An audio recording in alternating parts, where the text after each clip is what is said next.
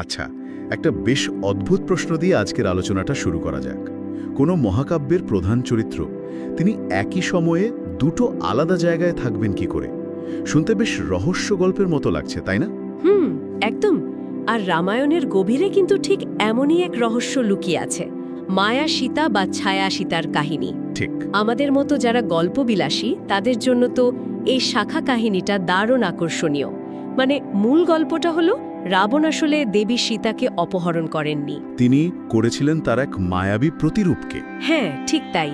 আজকের আলোচনায় আমরা এই ধারণাটার উৎস আর এর পেছনের কারণগুলো একটু খুঁজে দেখব। আর আমাদের এই অনুসন্ধানের ভিত্তি হল কুর্মপুরাণ বা দেবী ভাগবত পুরাণের মতো কিছু গ্রন্থ, তাই তো? একদম। বাল্মীকির মূল রামায়ণে কিন্তু এই গল্পটা নেই। আচ্ছা, চলুন তাহলে গভীরে গিয়ে দেখা যাক এই গল্পটা আসলে কেন বানানো হলো আর সময়ের সাথে সাথে এটা কিভাবে পাল্টে গেল। মূল কাহিনীটা কিন্তু বেশ সরল। বনবাসে থাকার সময় রাম যখন বুঝতে পারছেন যে সামনে বিপদ আসছে, তখন অগ্নিদেবের সাহায্য চাওয়া হয়। অগ্নিদেব তখন আসল সীতাকে নিজের আশ্রয়ে লুকিয়ে রাখেন আর তারই মতো দেখতে এক মায়ারূপ মানে ছায়ামূর্তি তৈরি করে দেন। আর রাবণ এসে এই মায়া সীতাকেই হরণ করে লঙ্কায় নিয়ে যায়। হ্যাঁ। আর এই যে আগুনের মধ্যে সুরক্ষিত থাকার বিষয়টা, এটাই তো পরে অগ্নি পরীক্ষার সঙ্গে জুড়ে যায়, তাই না? একদম। ওখানেই তো গল্পের সবচেয়ে বড় মোড়টা আসে। লঙ্কা জয়ের পর যখন সীতাকে ফিরিয়ে আনা হলো, তখন ওই অগ্নি পরীক্ষার আয়োজন করা হলো। আর সেই আগুনে মায়া সীতা প্রবেশ করার সঙ্গে সঙ্গেই মিলিয়ে যান। তার কাজ শেষ, তিনি বিলীন। আর অগ্নিদেব নিজে আসল সীতাকে রামের হাতে ফিরিয়ে দেন। এখানেই আমার আসল প্রশ্নটা আসছে, মানে কেন এই গল্পের প্রয়োজনটা পড়ল? কেন? শুধু কি সীতার পবিত্রতা রক্ষার জন্য?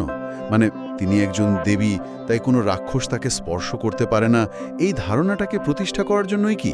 দেখুন, এটা একটা খুব বড় কারণ। বাল্মীকির রামায়ণের কয়েকশো বছর পর যখন এই গল্পগুলো লেখা হচ্ছে, ততদিনে সীতা তো আর শুধু রাজকন্যা নন, তিনি দেবী লক্ষ্মীর অবতার হিসেবে পূজিত হচ্ছেন। ঠিক। তাই একজন দেবীকে একটা রাক্ষস মাসের পর মাস বন্দি করে রেখেছে, এই ধারণাটাই ভক্তদের কাছে খুব অস্বস্তি করছিল। তো মায়া সীতার গল্পটা সেই অস্বস্তি দূর করে সীতার যে দৈব মহিমা সেটাকে অটুট রাখে। সীতার সম্মান তো বোঝা গেল, কিন্তু রামের চরিত্রের উপরের কি প্রভাব? অনেকেই তো অগ্নিপরীক্ষার ঘটনায় রামের আচরণের সমালোচনা করেন। এই গল্পটা কি সেই সমালোচনাকে একটু ঢাকার চেষ্টা? খুব গুরুত্বপূর্ণ একটা দিক তুলে ধরেছেন। হ্যাঁ, এই গল্পটা রামের নৈতিক অবস্থানকেও রক্ষা করে। মানে অগ্নি পরীক্ষার আগে রাম সীতাকে উদ্দেশ্য করে যে ভীষণ কঠোর কথাগুলো বলেছিলেন, হ্যাঁ, এই ব্যাখ্যা অনুযায়ী সেগুলো তিনি আসল সীতাকে বলেননি, বলেছেন মায়া সীতাকে। ফলে রামের চরিত্রে যে একটা কঠিন বা নির্মম দিক ফুটে ওঠে, সেটা অনেকটাই আড়াল হয়ে যায়। আচ্ছা, তার মানে বাল্মীকির সময় থেকে পরবর্তী যুগে সামাজিক আর ধর্মীয় পরিবেশে এমন কিছু বদল এসেছিল যার জন্য এই নতুন ব্যাখ্যার প্রয়োজন পড়ল। কিন্তু এই মায়া সীতার শেষমেশ কি হলো? তিনি কি শুধু মিলিয়েই গেলেন? এখানেই গল্পটা আরও জটিল হয়ে ওঠে। তার পরিণতির কিন্তু বেশ কয়েকটা বর্ণনা পাওয়া যায়। তাই নাকি? হ্যাঁ, কিছু পুরাণ বলছে তিনি অগ্নিতে বিলীন হয়ে যান। আবার অন্য মতে তার এই ত্যাগের জন্য তিনি আশীর্বাদ পান এবং পরবর্তী জন্মে দ্রৌপদী বা পদ্মাবতী রূপে জন্ম নেন। ওহ, এমনকি তার পূর্বজন্মকে বেদবতীর সঙ্গেও জোড়া হয়।